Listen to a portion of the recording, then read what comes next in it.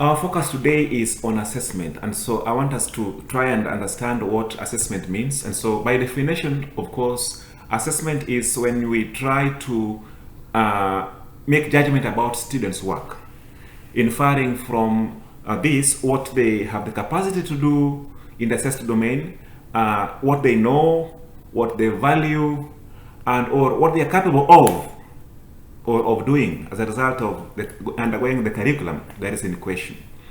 So it's an integral part of the student's learning experience, and from the student's perspective or from their view, it always defines the actual curriculum that is offered. So I know we are often default to think that assessment tasks are only things such as essays or exams, which are assessed by teachers. However, it must be noted that assessment occurs anytime someone is making judgment about what someone else is capable of doing or someone else can do in a particular domain or in the assessed domain. Assessment may therefore include moments when students come to understand what they are capable of doing themselves based on their work. This is self-assessment. Or when they make judgment on their peers, what at times we call peer assessment. So assessment must not necessarily involve grades and marks, and I think this is and the teachers, and that's very, very important. So we may want to ask ourselves, what are the purposes of assessment? Assessment may help guide students through their learning tasks, and this is what we sometimes call a formative assessment or assessment for learning. But at the same time, it may help students determine whether they have met the relevant standards and criteria for learning, and this is what sometimes we call summative assessment, or this assessment for certification.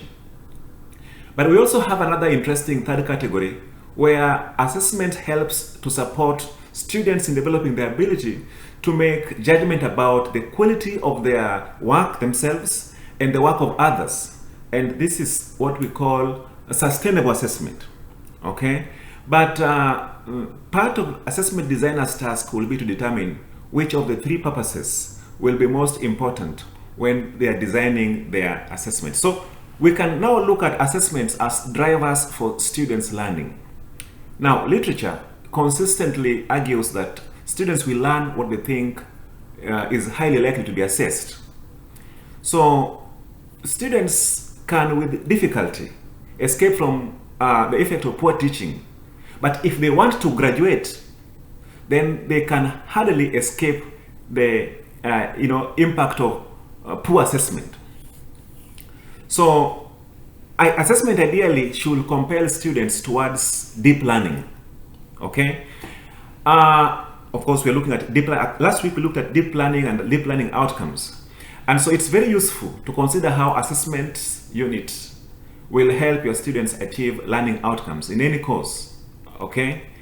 It's generally accepted that the key to designing assessment very, very well is to engage the students themselves in the assessment process by making it relevant, engaging, challenging, and where possible, authentic, in accordance with the discipline program and the learning outcomes. This is very, very important.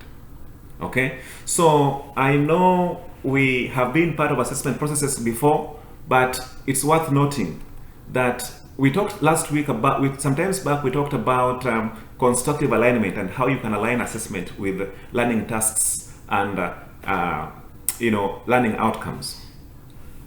Okay, so when you talk about assessment, you talk about moderation, assessment moderation. The role of a teacher in assessment is to ensure that assessment is fair, very, very fair and consistent. And this may mean that as a teacher, students should be treated fairly. Okay, the marking process should be fair and consistent, and no student should be advantaged or disadvantaged. Maybe in the provision of support or feedback.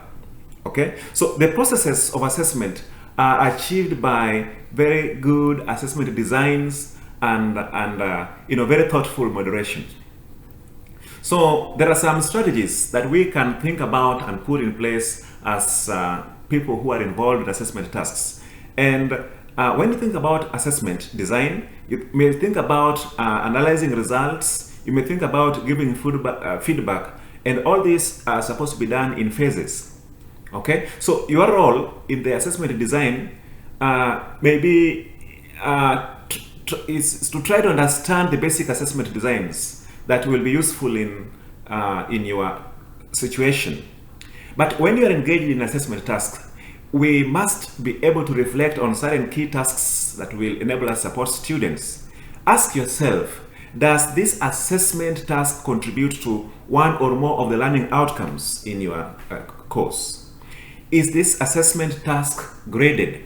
You may want to find out, is the student provided with all the clear information that is expected in terms of the task that is at hand? Does the assessment task help them, help the students apply what they have learned, to another subsequent task? Okay? Is feedback provided to help students complete the assessment tasks in this unit? And you may want also to look at how does this task generate, valid and reliable grades? Okay? So do you have criteria for performance, achievement performance in this class? Do you have rubric?